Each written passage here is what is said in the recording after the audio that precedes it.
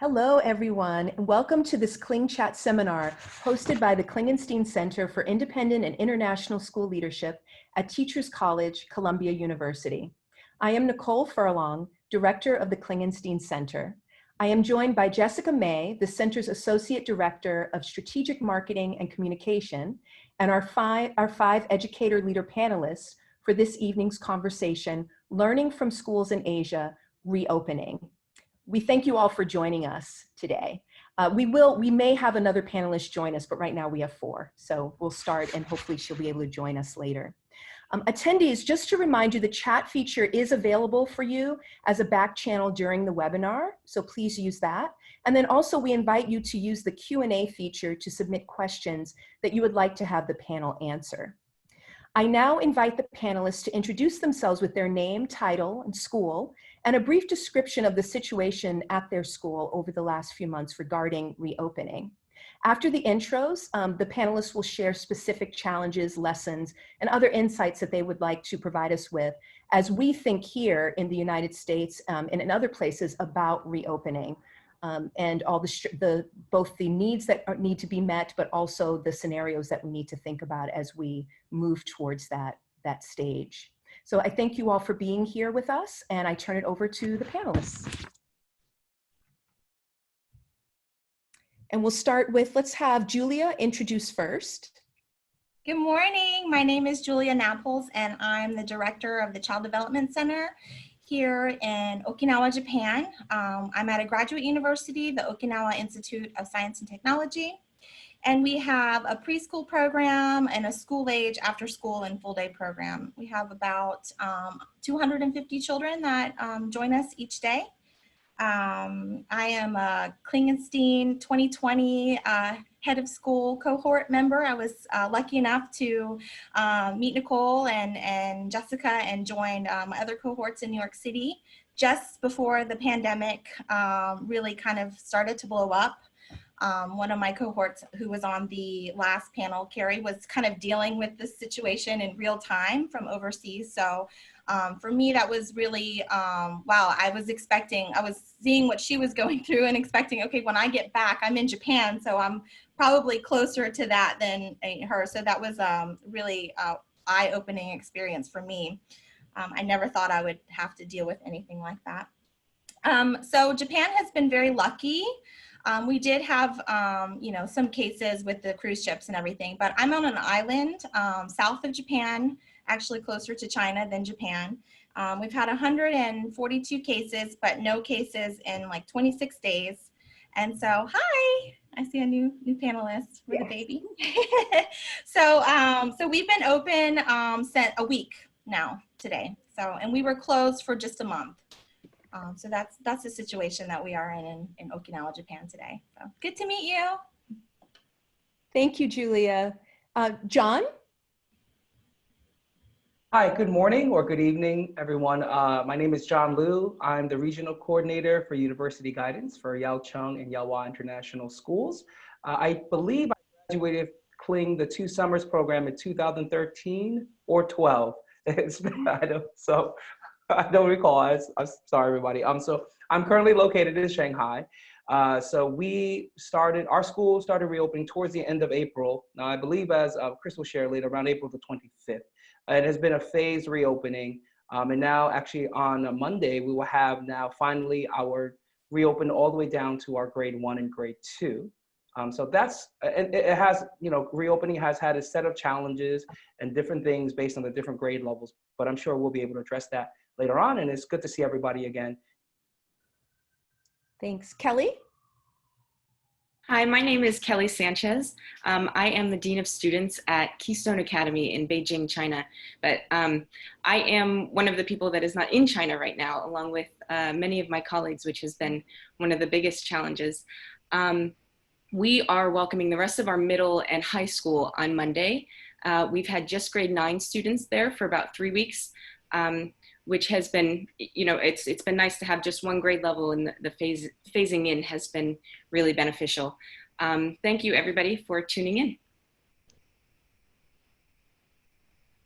Chris? Hi, everyone. My name is Chris Wilcox, and I am the head of University and Careers Counseling at the Western International School of Shanghai. I'm also one of the assistant principals. And as John said, we opened around April 25th, and it's been a very slow but steady phased reopening. And we plan on having all of our grades back by this Monday. Our school and I would say pretty much all schools in Shanghai were closed at the end of January. And so we were out of school for approximately 3 to 4 months. But most schools in China, I think at this point, are part of a phased reopening, if not fully reopened at this point. Thank you. And did we just lose Meng? Is she still here? Yeah, I think we've, oh, no, I think she's, we lost her, but I think she's coming back in. Okay. Right, I see her screen, so we'll give her a moment.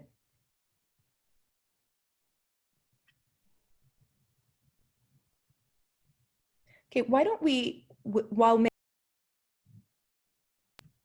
Meng is getting back on, why don't we go ahead and jump into some of the challenges and insights that you've come to as you've gone through this experience of moving from remote learning to reopening your school communities. I know that folks are really both excited and nervous about that phase for us here, particularly in the States. So we're really interested to hear what you've seen on in your side of the world. I'll jump in on this one. So one of the things that I think everybody should be aware of is that in the ideal world, there would be a nice flip that we would switch and we would move from an online learning model to an in-person learning model. So I'm just going to speak for the experience here in China, which may be different in every country. But the Chinese government has continued to require that all schools, at least in Shanghai, continue their online model. The reasons for that are because they don't want students to feel that they have to be at school if they're potentially sick or could potentially infect others. So by continuing the online model, it gives them the option of staying at home and not having that pressure to come into school. Knowing that, on April 25th, when we started to bring students back, we had to instruct our staff that really the priority is to continue the online learning model, and that any in-person instruction that we can have is a wonderful added benefit and is certainly a key to our program. But unfortunately, at this moment, it cannot be the sole piece of our program. So our teachers currently are juggling both of those things. And as you can imagine, that is a challenge. You have students in your classrooms who are learning, but then at the same time, you're having to work with those students who are not at school and are not available to have that in-person instruction. Just another thing to note about China is that China closed its borders on March 25th. And as a result, a number of our teachers are still outside the country. We're very lucky as a school, most of ours are here, but they also are having to continue to work online and to communicate with people here on campus who are continuing to push their curriculum forward. And that, of course, is another added challenge. We certainly still have students that are outside the country as well, and they don't have the benefit of that in-person instruction either. So we are trying to juggle a number of things at once. I'd like to say we're doing it perfectly, but it is a big challenge, and it's a hard road. So anyone who starts that phased reopening, which of course all countries will do at some point, have to recognize that it is a slow process where you're going to have to balance both sides of the online and the in-person for quite a while.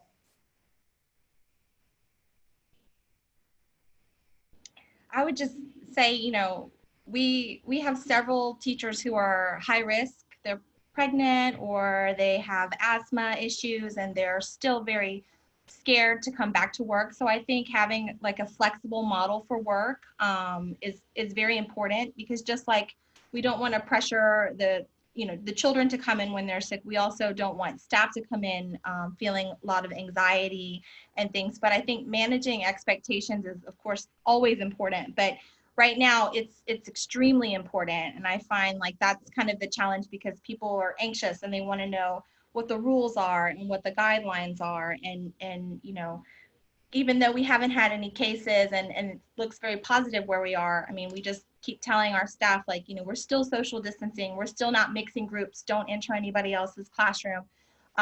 Because even it's a good practice for us, because we don't know, we have to take things day by day, and we don't know when things will change and the situation will change. So I think that's the other thing, is not just managing expectations, but like being comfortable working with ambiguity and, being positive about things. But it's, for me, I think the anxiety level of people, or the casualness of people is the biggest challenge, I think, right now for us being open. We reduced our operational hours. We have a 10-hour day because we also have childcare, but we reduced in order to not have to mix groups or share teachers or things like that.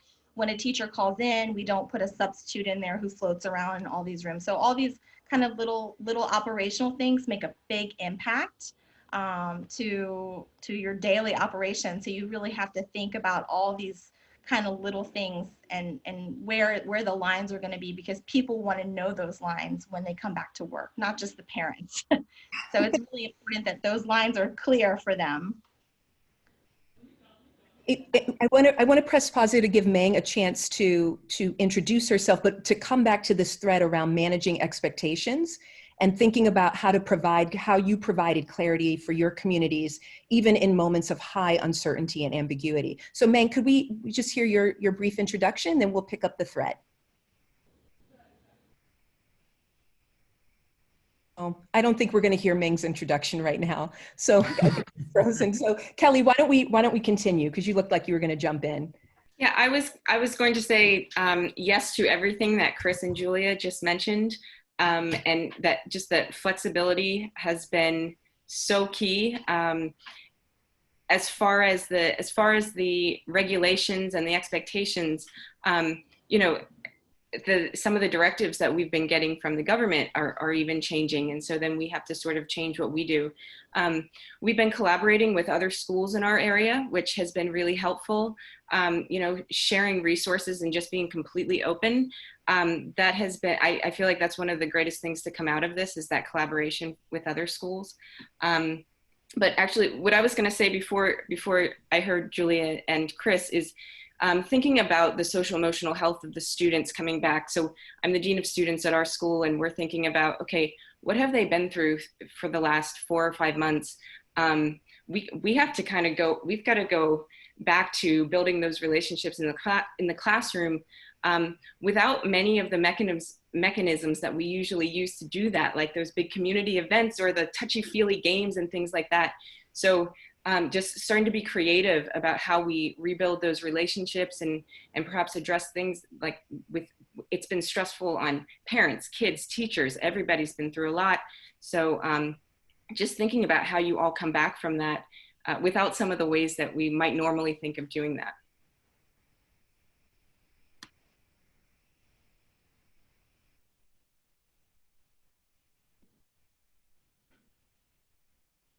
Do you want to jump in? Oh, Nicole, are you talking to me? I'm sorry. It looked like Meng was going to jump in, but John, go ahead. Yeah, we can just continue the conversation. So anything that resonated with you from what Kelli and Julia mentioned about their experience?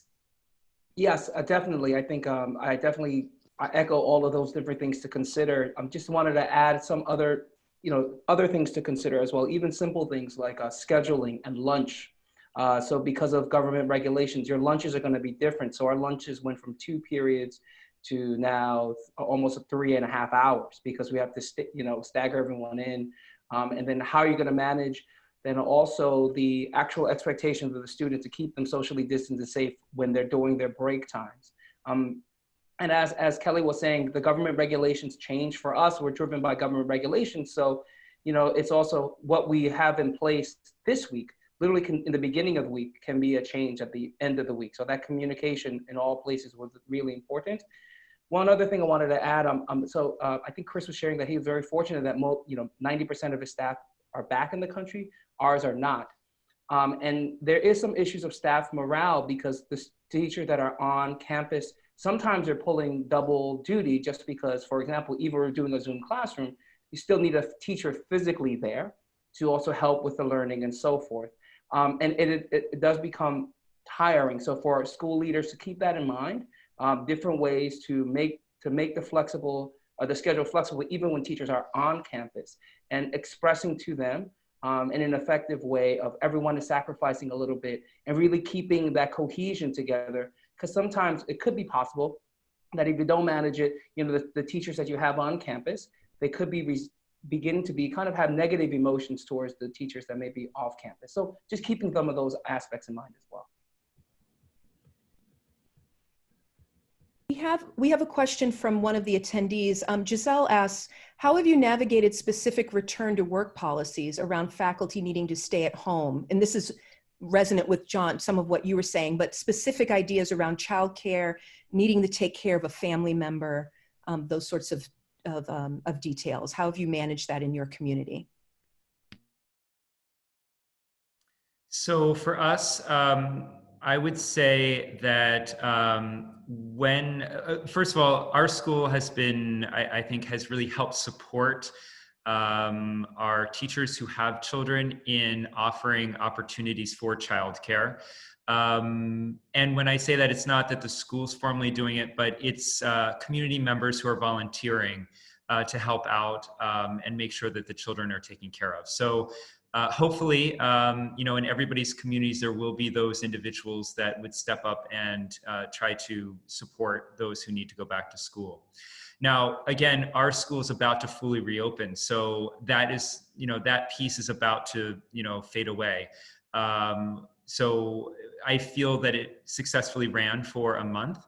It certainly could be very difficult over a long period of time, but for 4 weeks, it's something I think that was very manageable. Now, one thing to note, and this is very specific to China, I don't know how it would operate in every country, but we have to be very strict about staff who are out and also students who are out. And anytime a staff calls out or a student calls out, it is required by the government that a phone call be made to that staff member and to that student, and they have to declare the reason why they are out. And if they declare that there is a health reason, it is required that they obtain a certificate from a medical doctor to say that they are healthy, and they are required to stay outside of school for a full 3 days. So there are procedures in place that staff must follow. They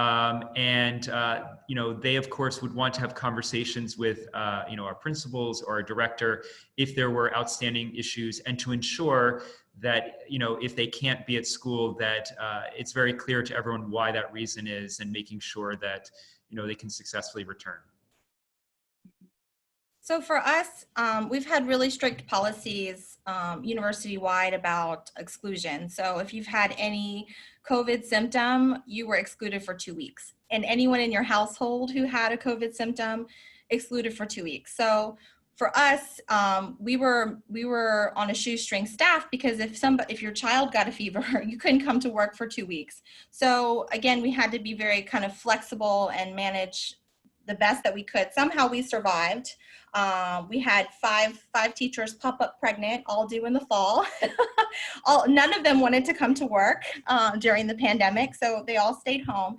And we just are, supportive as we can be. And we just say, look, you don't, especially for the teachers who are in with really young ones, infants or toddlers, it's not really a work from home kind of thing. Yeah, they can do a 15-minute read a book and sing a song circle time, but I mean, it's not a full day's work. So we just be as supportive as we can and find work for them to do so that they continue to get paid and have good morale and support them. And then, gradually when people are coming back, we try to, if they're not comfortable being in a classroom with a bunch of people, try to find them a role that they would be comfortable in.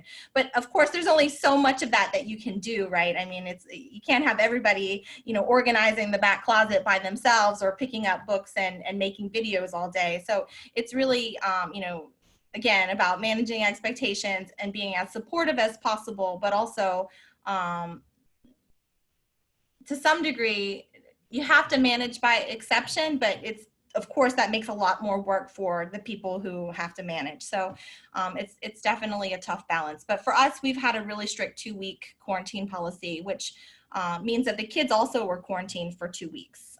So it made our numbers lower and easier for us to manage. But that's changing very soon. So we're going to be probably going back to our regular exclusion policy, but monitoring absenteeism, as Chris said. We're not the government's not mandating it, but we are still, if you're staying home, you're supposed to take your temperature every day, record it, bring that back.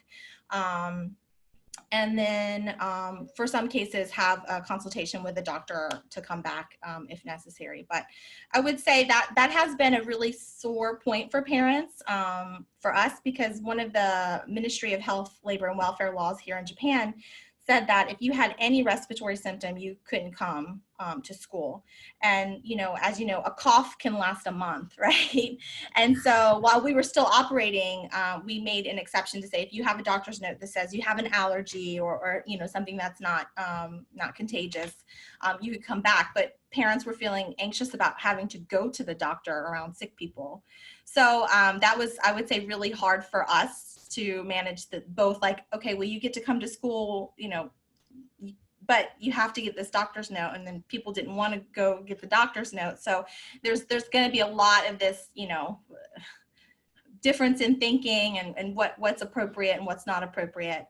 And for the most part, I think parents are really supportive about, all the measures that we're taking, having, social distant visuals all over the school to show people how far apart you're supposed to sit and stand. And it's impossible in each classroom, especially with really young children, to expect that they're not going to, they're going to be 2 meters apart or 6 feet apart in a classroom. But we just tell the teachers, do the best you can and practice. And the more that, the kids get used to it. And, when there is a more serious situation, we can be more strict about, really separating. But it's good.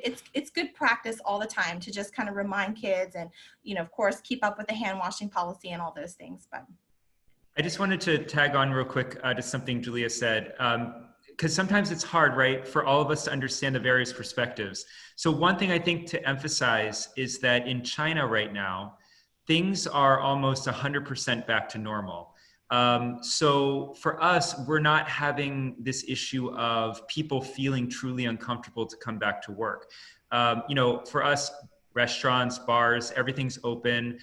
Perhaps it's a little quieter, but it is really pretty much business as normal. So we are not having that great anxiety from teachers and students feeling scared to come back to school that perhaps, those of you in the United States may be feeling because, from what we read, the virus has not quite gotten under control there and people would have those serious anxieties. Yeah, there was a recent survey published, I think Time did it, that suggested that a significant percentage of teachers would choose not to return to work if schools reopened in the fall. So the high level of anxiety certainly right now as we just round the bend in terms of thinking about reopening, for sure. There's a question from Nigel about schedules. And he asked, why and how did your schedules change over the course of your time in remote learning and then in the hybrid flex structure? And also, do you have examples of the schedules you are using in your current hybrid flex structures right now? I think it sounds like we're probably doing something similar to what Chris and John described. We also have a significant number of teachers out. So we basically have a classroom supervisor in the room, and while the teachers who are not there are teaching live on a screen. Our schedule for the middle school is staying the same, but for things like lunches and breakfast, we're a boarding school also. So we have actually changed our high school schedule to have, they sleep in now, they have their breakfast later, they have their lunch later. It's actually what maybe we should be doing permanently, but just to allow for the dining hall specifically, that's that was the impetus for that, but I think that we'll see some other benefits from it. But as far as the hybrid schedule with live and with teachers in the room and teachers outside, that has been actually the same. We just have other people who are covering inside that room while the teacher is phoning in. But I can also add to the schedule, like our schedule, timing of our schedule shifted, I would say, to a limited extent. We had to add time, but the mobility of the students, and there was the question, I think, about social distancing. Students now pretty much have to stay, so for example, all of our seniors stay in one wing of one of our buildings. All of our juniors stay in another floor of another wing. And so in the beginning, in the first weeks, we were very, very strict about that. So teachers would travel to that classroom in order to teach. But of course, in the beginning, we didn't have our normal, we're an IB school where all the different students would take all the different IB courses at different times. So we really had to rethink or rejig how we keep the students at one place and bring the teachers to that area, or whether it be zoomed in or live in person, to teach all those courses. As the government regulations laxed, we were able then for them to be able to get out of that wing and be able to slowly still go to other parts of the school. Even that being said, the way that we do learning is now different. You know, the government regulations have mandated that we sit in that traditional style of, rows and everybody faces forward. And, we really can't have students turn around and talk to other students. Do students still do that? Yes, they do. But in the way that we teach, we can't have those collaborative activities, at least even if they're physically in class, as we've done in the past, because we just can't do that. So there are lots of those logistics when you do open, to keep that in mind. And also, to my last piece about that, even if you have students that are zooming in, and this may be challenges that teachers will have, how can I have a group activity, right, with students that are in the classroom, and then with another student that's zooming in, and with another teacher that may be zooming in to oversee these activities? So a lot of these kind of logistical, pedagogical questions to kind of answer, but those are the things that we have gradually learned and figured out. But because I think for our school, for example, I'm sure maybe from any school, the first thing is you wanted to pass, in China, you needed to pass inspections in order to open. So that was the first thing. Can we pass physical inspections? And then you really are sequentially, step by step, figuring out as you go along. For us, we have a dual model schedule. So when we went online, we created essentially a block schedule so that students were not having to sit for 6 or 7 classes a day on Zoom. So what we've decided to do is continue with that block schedule for all of the students who continue to do the online learning. So they're essentially looking at their classes at different times than the students who are actually here on campus. Unfortunately, their classes maybe are not as interactive or have that daily exchange with students and teachers, but they do have times that are allotted that teachers are available to them to help support them with their work. Here on campus, the way things changed, so as John mentioned, lunches now have to be much longer to accommodate social distancing. So we've had to double that time. In addition, here in China, there has to be a morning health check where every student has to come through the door, have temperature checked. They have to show a green QR code, which is a way that China measures, whether you're at risk for the coronavirus, and various other things. And to get all the students in the door to do that takes almost a full hour. So essentially, we've created a longer advisory block in the morning where students have a health check and go there. And then we have this extended lunch. So the result of that is we've chopped off about 10 to 15 minutes off of every class. So instead of having 55-minute classes, we're having more like 40-minute classes. So not ideal, but I think that dual model has served our purposes fairly well. And I would certainly encourage those of you who have a dual model going forward, don't try to get everybody on the same time schedule. I just don't think it's doable for those kids still learning at home. I think what's interesting about some of your comments is that just as we're discussing here in the States, how the ways in which we've needed to shift because of social distancing, in some ways is calling attention to or centering some wise practices. So for instance, is it helpful for high school students to sleep in and to start school later? That's a conversation that we've been having for years as educators in terms of thinking about restructuring school and how we call attention to science of learning and how that informs what we do as schools. And so it's interesting to keep in mind how this moment might amplify some of those wise practices that we may be able to put in place because we now have to, for different reasons, right? So to keep our eye on that as we reopen. We have a question from Courtney. What are ways that you and your schools have created opportunities to come together as a community, especially with students on campus and off? Anything work particularly well or particularly poorly? And I know here in the States, folks are particularly interested in this, in responses to this question as we think towards the fall and bringing in new people to our community who haven't had the benefit of being in our schools before. So how have you handled community building and community maintenance during this time? I'll jump in. Well, I'm going to be very honest and say this is, a very sad thing. We cannot do that. The Chinese government has required that all community activities be essentially non-existent on campus. We cannot bring people together in large rooms. We're not able to actually run after-school activities. We're only able to run classroom activities. So for families looking to come to the school, unfortunately, it's really all through virtual at this point. We're not allowed to even have guests on campus. So like visitors that even wanted to see the school for admissions or anything like that. We're currently not able to do that. Now that may be different in different schools in China, but in our particular district, that's the expectation at this point. And yes, very sad. As I think most of us up here, most of the panelists here, if not all of us, are very invested in community spirit and bonding, with students and all of that. And for right now, that's all on hold. So same as Chris's school, we're not allowing any external people, visitors, no tours. If you're interested in the school, we sit down virtually, answer questions, and take pictures of things that they might be interested in based on the questions. I would say we kind of think of each classroom as a safety zone.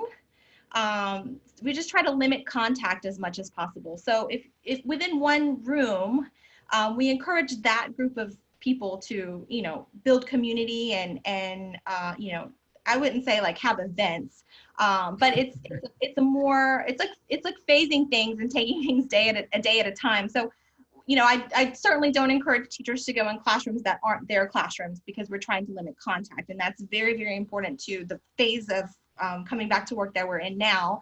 But definitely having lunch with the other teachers in your room or the kids in your room or even the parents of the kids in your room is a really great thing because they're in contact, right? This is part of their little world. But to make your world a little bit smaller for kind of physical contact is the best we can do right now. For my staff, I've really been discouraging people from coming into the common lunch area because it's not big enough for everybody without sitting face to face and eating. But a lot of my staff have been eating outside at their lunchtime, and really just kind of spacing out. So that's been really, I think, awesome because I see a lot more people eating lunch together because they're outside and there's fresh air and sunshine, but there's plenty of space. They don't have to be face to face. They don't have to keep a mask on. And so I think that there's some ways that you can still try to build a sense of community and encourage people to be together in a safe way. But again, you just have to really take things day by day and, situation by situation. I think, like I said, we're very positive about not having any new cases for, 27 days, but at the same time, we don't want to take our guard down because anything can happen at any moment. So we want to keep these practices in our back pocket and just kind of, like I said, take things day by day. But I would say like encouraging social distancing lunch. I mean, Zoom parties are, I think something that people are doing, but it's kind of we're tired of that, right? You miss like the real person interaction. So for us, I say outside lunches and just spread out. So. There's a question from Eliza that takes us back to Kelly's discussion of your schedule, Kelly.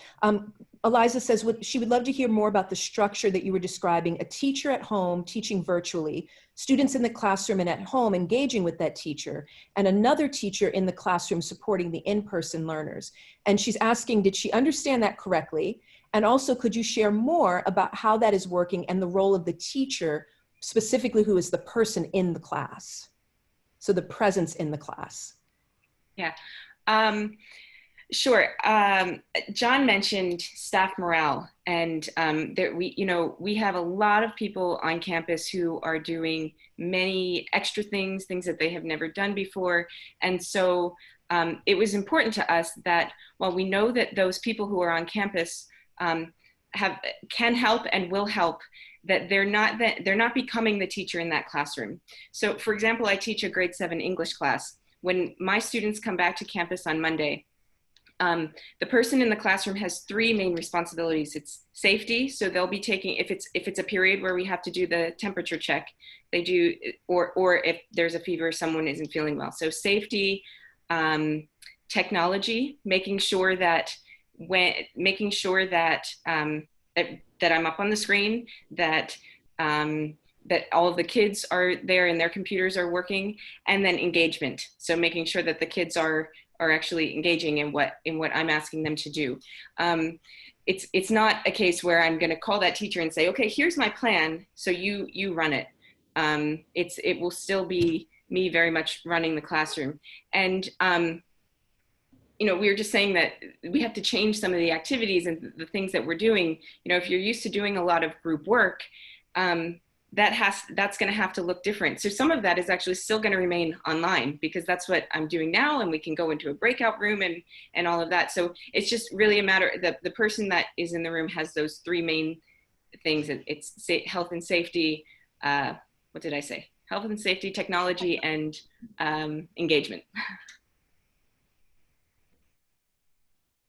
We have a question from Nasreen. How have you designed surveys for feedback from your community, and how is that being received? And I want to add to that question a little bit, because there was a quick mention of parents before, and I'm wondering, with regards whether it's surveys or otherwise, how are you engaging your parents as partners in this process of phasing their students back into different forms of school? So I can talk a little bit about, I think, in our context, I think in the China context, when it comes to reopening of schools and how much parents have a say in that, it's a little bit less perhaps back at home, because really it's dictated from the government. The government says you need to do A, B, C, and D. So it's not, we can't, gauge parents' feedback about whether we should or should not do that. So for example, I had mentioned before, in order for students to come back to school, we had let parents know that the kids could not leave Shanghai 14 days. We had developed an internal temperature reporting system through a phone app, where the students had to record their temperatures for 14 days and had to report all that in order when school did reopen. So we notified parents this 14 days before school was going to reopen. Even though we didn't know the finalized date, we just started telling them that you need to start to do this in order for you to have access onto campus. And then when students come onto campus, they're the temperature check. They have a specific QR code, which we develop here, that they need to scan in. It tells us where they've been. And then, as Chris has shared before, there's multiple temperature checks during the day as well. And also, in addition to that, we've communicated to parents very clearly our cleaning and sanitation procedures. So we deep clean the school 3 times a day, and that is aligned with also the times of our break times to deep clean the classrooms. So I think for parents, you just have to be very clear with visuals, videos, whatever it can be, to assure them that you've done everything you can do. And again, in the China context, if you pass the regulations of the government, I think that does give you a legitimacy, saying that you pass a very stringent part of it. Now, moving forward, as far as kids coming back on campus and engaging the learning, you can engage the parents, but to be very honest, we're now 4 months into this. Sometimes you can survey the parents and they just will stop responding, right? So I think parent surveys may be something that, as you are reopening, may not, in our experience, haven't been as important as maybe calling, if you have let's say a parent representative. We have a parent representative for each grade, and that parent can maybe get a pool of feedback from the other parents from within that grade, and they could just directly tell you. I would say, I think what our school has done well as we're reopening is actually survey our staff. How are they feeling? Whether that be, from a, online survey you can quickly answer, to our vice principal being very good about just open door policy. At the end of the day, can you give me some feedback? We put this in, just come in, let me know what's going on, and we'll try to make those changes. So as far as the designing of the survey, I think perhaps focusing on your staff and your faculty, that may be a better use of it. So we did do a survey of parents before we reopened. It was important to us that we staggered drop-off and pickup time. We have several access points to our building. We're on campus and people live on campus. So some people walk, some people drive, some people park in a parking structure, some people park at their lab. And I mean, it's just, they come from everywhere. So we really wanted to stagger drop-off. So that was really important that we asked parents, like, do you have a flexible work schedule? Can we assign you a drop-off? Will this work for you? And try to accommodate the parents' needs as much as possible. Also, I just wanted to do a temperature check to see, like, what are they worried about? Will their child wear a mask all day? I mean, the recommendations is for, children to wear a mask all day, but we work with very young children. And so is it really important to them if we do these guidelines, like John said, sanitize many times a day, frequently touch surfaces, explain that we're keeping kids in groups and not mixing groups and these things? Is it important to them that they still wear masks? How much of the energy can teachers spend on, oh, you left your mask, okay, you left it on the table, pick it up. So these kinds of things were kind of important to me. So I didn't specifically ask, like, can your child wear a mask all day? But I just wanted to put open-ended questions that, I could kind of gauge, like, what are parents worried about, or what kind of challenges are we going to be up against? So for me, it was mostly about drop off pickup time, work flexibility, and even if they're coming back, even if we reopen, some of our families don't have to come back, right? So just kind of gauging, like, a sense of, like, how many we are expecting to get back, and what flexibility parents had in their schedule, and for us to think about our hours of operation and our schedule. So those are the kind of questions we put on our survey. So as we phase into, opening full time, and then also maybe in order to do that, summer's coming. And so because we're childcare, we don't have a summer break. And so we're open all year round, but our teachers get summer holiday, which they can take, at their own leisure, 7 days here, 1 day here, 1 day. So we do need to figure out a plan for how are we going to cover their leave without mixing groups or sharing teachers. So it's important for us to keep in contact about what parents' expectations are of their schedules too. So Amber asks a question about the number of students in each classroom with the teacher, and the number that we calculate fitting in a room with the teacher under distance guidelines don't necessarily match ideal class sizes. So she's asking about number of students in each classroom with the teacher. And I think also tagging on to that, how are you aligning your school's mission and general practices with these guidelines, or realigning them? So for us, we are lucky in that our particular district in Shanghai has not mandated any specifics about the distancing. What we have received is that teachers need to make an attempt to distance their students in an appropriate manner in the classroom. And it's that general and vague. For us, we've been able to run our classes fairly similarly. We haven't had a big issue with that, but perhaps in other countries, maybe there will be very strict limitations on that, but we just haven't encountered it. It's interesting, Chris, here that he says in his district, because I think another caveat in Shanghai is district by district, they have different rules. So in our district, they do give us very clear guidelines about how far students need to be, which are in essence 1 meter apart. So for our high schools, we had to rejig our class. We had to get rid of furniture that we felt like was extra furniture in order to put in separate desks, different kinds of desks that we hadn't had before. So now each student has an individual blue desk that are just, have to be 3 feet apart or 1 meter apart. And so, for example, as you talked about, how does it affect our mission and philosophy? We are a school about collaborative, we're about we're about learning environments, right? We're about, it's about collaborative learning, and it's been difficult.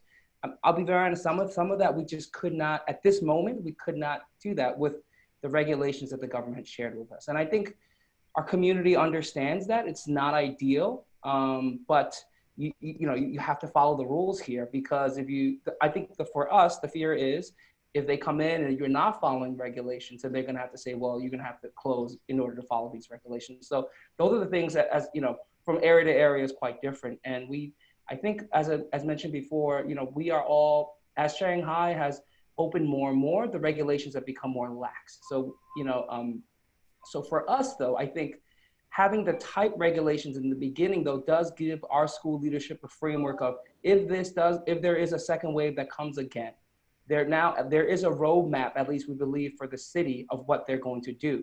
So as we plan for the future of closing and reopening, this is not for only the school leadership, but everyone, your whole school community knows kind of generally what to expect. And so, yeah, that's just something I wanted to share in that aspect. That's really helpful. And here, obviously, we're keeping our eye on the CDC recommendations. Any DOEs that are in your state or your district, our independent schools are more external facing than they ever have been in terms of thinking about outside regulations and how they impact what we do in terms of design, right? So all of those things will play a factor here for sure. There's a question about technology support. So obviously with all the move to hybrid and online learning, there's been a ramp up in what our technology support staff and educators need to provide for our communities. So did any of your schools need to invest more in full-time employees connected specifically to technology support?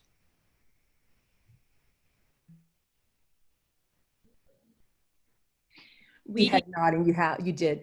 Yeah, we did. I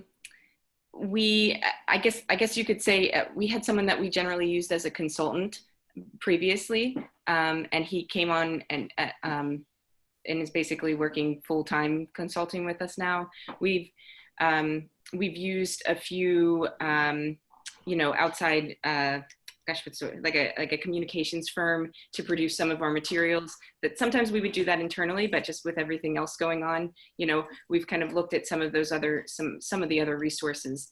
But we have hired at least one extra person. Yeah. We haven't hired anyone, but I did tap into my IT parents. So I did have, right before we went from, to work from home, our teachers weren't prepared. They had never touched Zoom before. We had to upload and, download and all kinds of things. So I tapped into my parent population. And I just emailed parents and said, hey, we need help. So I haven't haven't hired anyone, but I can see as things ramp up, it's important, I think, to invest in that. Especially given what some of you were saying earlier about stamina of your faculty and fatigue, right? If they're being called on to really ramp up their services for your community, then having folks to rotate might be really helpful, or to spread the responsibilities, right? There's a question from Daniel about curricular areas that you've found yourself having to either postpone for the moment or to modify. So can you say a little bit about those decisions? I can speak to that. I think there was another question that's maybe related to like choir, or so for example, for our music programs, we cannot have our choir program anymore. It's just, we can't, it's not possible, it's not allowed in our context. The government says you can't have that close of a gathering, and then, imagine singing your choir class with a mask on.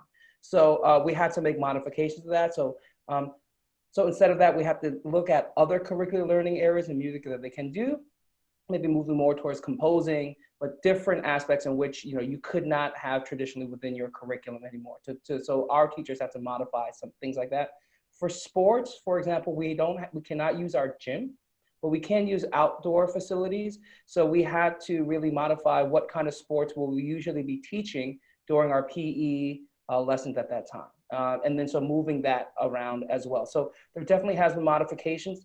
Your labs, because of social distancing as well, you cannot use your labs as easily as before. So at this moment, for our IB students and so forth, there's a limitation at this time about so they're unable to do the lab activities that they need at the moment. We're hoping that by September that will loosen up, and we can do that when social distancing restrictions relax a little more. So it has affected us, and we just have to be creative to modify what teachers will cover at a certain time. It sounds like, too, you're not at the moment where you're bringing back competitive sports teams or any sort of activities like that right now. No. So Katie's asking, she'd love to hear more about what technology solutions you're using to connect students and faculty. Are you using cameras in your classrooms? Did you upgrade audio capabilities? What are some of your tech solutions right now? So we have started, we started investing in a set of Max Hubs even before the pandemic. So now we're using the Max Hubs in the classroom a lot more. It's a much more, easier interface as far as speaking to students using the Max Hub technology to kind of use that learning so that when the teacher is zooming in, it's not just on a projector screen, but it's actually on a device in which it can be more interactive. So we've definitely invested in that as a piece of technology to help with the distance learning.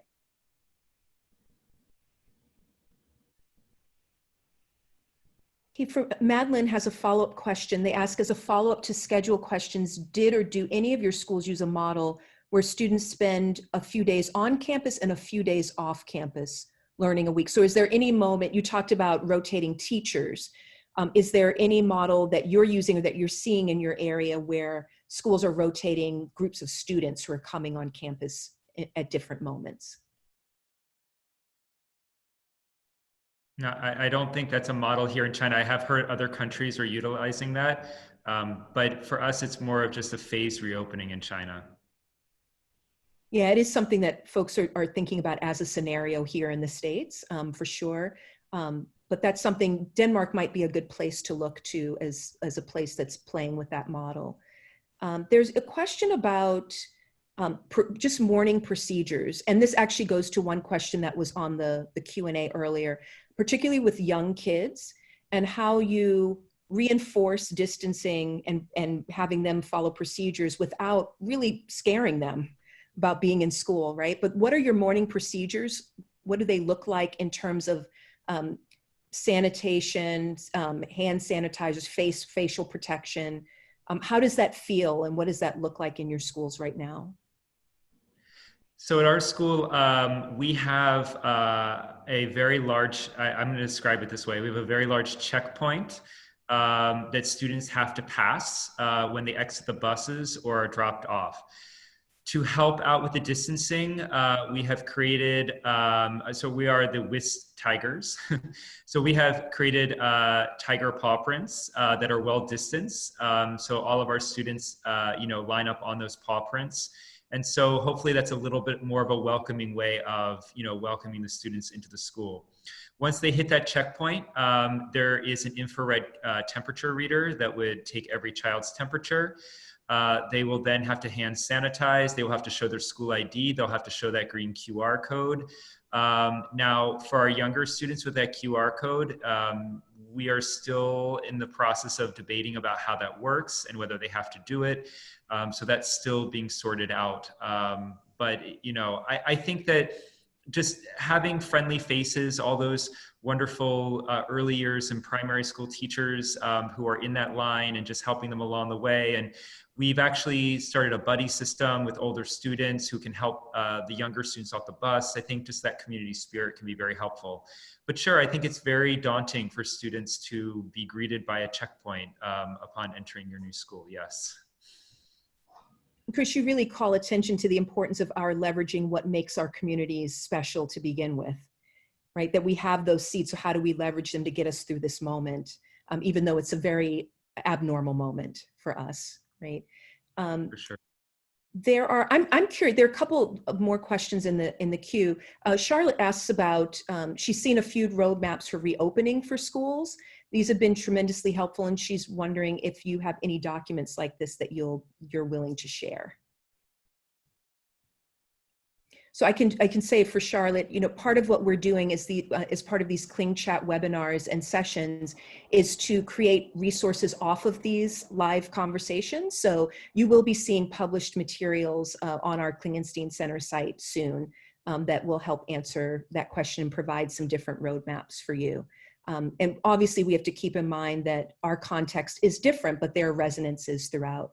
I'm wondering, in the last few minutes of our time together, just how you all are dealing with the challenges of really sitting with uncertainty at a level that is not something that we commonly have to deal with. I think leadership always faces uncertainty, but this is a long uncertainty. And so I'm wondering, how are you managing this moment? What are some things that you've done to think about your own stamina and self-care as you tend to all of the elements of your community in this challenging time? So any tips for other leaders who are going through this, but at a different moment in the phase? I think appreciate all the small differences you're making with the students. As you have students come back on campus, it's gonna feel different, but just having students on campus, seeing their smiling faces, having a conversation with them, even be with like a mask on, it's just good. I think sometimes when we get mired in meetings and planning out all these logistics, not really seeing those faces, but going out, talking with them. So we're currently planning for graduation. So for example, some of our students are sending in videos of appreciation and just sharing some of that, watching some of that. It makes you realize, okay, as tiring as this can be, as sometimes, as the path may not be so straight, you have to move, you gotta kind of navigate, but it's good to remind yourself who it's for, and seeing the smiles of kids and seeing them on campus, it is definitely helpful and important to keep us going. I would say just take a deep breath, breathe. That's always, just sometimes we're running around always thinking about the next thing or reassessing, is this working, or is there anything we can do to fix it or make it more efficient? Should we add more sinks so that everyone can have better access to hand washing? You're always thinking of, all these things, but sometimes you just need to take a moment for yourself, and that's okay. Like, just, be easy on yourself, because people are easier on you than I think we tend to believe. I think we carry a big load. And so just, be reasonable, and everybody knows that we're taking it one day at a time. So. Yeah, to follow up on that, I think it's important, as always, to find the balance between remaining positive, continue to look forward. But I remember the moment that one of my colleagues on the leadership team sort of kind of broke down about how much anxiety all this uncertainty was providing for her. And I was like, oh, you too? Okay, good. So, kind of finding your people that you can talk about that with, and whether it's the teachers or your, the other members of the leadership team, and also allowing the teachers and the people you're working with to see that, we are all dealing with this while remaining, positive and forward looking. I think that I would add into it, I would say the word care, and I would say the word honesty and transparency. I think blending all of those is very, very important. Something that has not been discussed significantly in this conversation is that here in China and in Asia, a lot of schools are going through a very difficult time. Futures are uncertain, our borders are closed. Borders closed means that teachers who have been hired can't enter the country. It means that families that were planning on coming here can't come. We really don't know what that roadmap looks like, and schools are having to make a lot of very difficult, painful, and very sad decisions. And so it's so important for the leadership to be able to show your community how much you care about them and how much commitment you have to helping them through the difficult time. And also, a little bit, as Kelly said, having the courage to also take a step back and to really talk about the honest truths and what will need to happen for all of our schools to survive and thrive. Thank you for that, Chris. That's a really important reminder. We're just, we have dealt with loss through this pandemic, loss of lives, loss of people we care about in our communities. And we're starting to see in this part of the world school closures from this. And it's only the beginning. And I think being mindful, like you said, staying positive, but also being mindful of the reality of this moment and how hard hit our communities and our schools are. And just making sure that everyone understands, regardless of what the outcome is, that they're cared for is of utmost importance. We have, in our last minute, there's one quick question about tuition. Requests for reimbursement. Are you lowering tuitions? What are you doing with regards to tuition in the coming year? So for our school, and I believe this is a very similar policy to international schools in China, unfortunately, there were no tuition reimbursements for the second semester. I know that there were some pieces that were refunded, like transportation and food, but tuition remained in place. As far as the upcoming year goes, I know that our school has offered discounts for people who are signing up early. But I don't think that there's any change in the tuition other than to say that there was no a rise or increase in tuition for the upcoming year.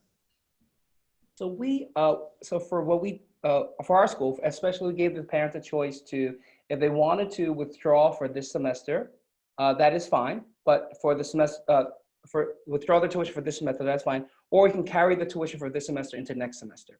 So we did give parents that choice. And I think for our parent community, that did go a long way. Of course, there were operational difficulties that we had to endure at the school.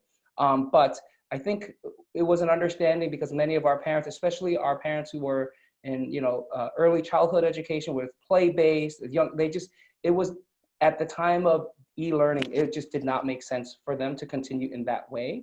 And so I think at the school, we decided, although we would take a hit at the school, but for the good of our kids, for the good of our parents, for the good of just the goodwill of our community, we gave them that option. So yeah, that's what we did for tuition.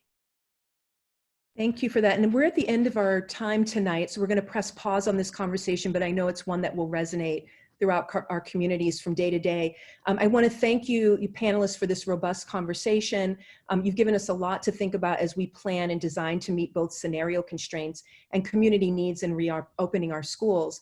And as many of us have been thinking about, as hard as this moment is, we also want to make sure that we're not only just doing this for reopening, but we're also doing this for possibly rethinking what we do in our schools and how we serve the students and faculty that work in them. This webinar and the resources generated from it will be on our Klingenstein Center website, and as well as other resources published from our other Kling Chat sessions. I thank you all, and we'll also be posting summer offerings soon as well. But I thank you all. Thank you for your leadership and for the ways that you're stretching yourselves to help others through this difficult moment. I encourage the panelists and the participant and the attendees to be well, to take care of yourselves, and to continue to reach out to us for support. Be well. Thank you. Thank you so much. Take care.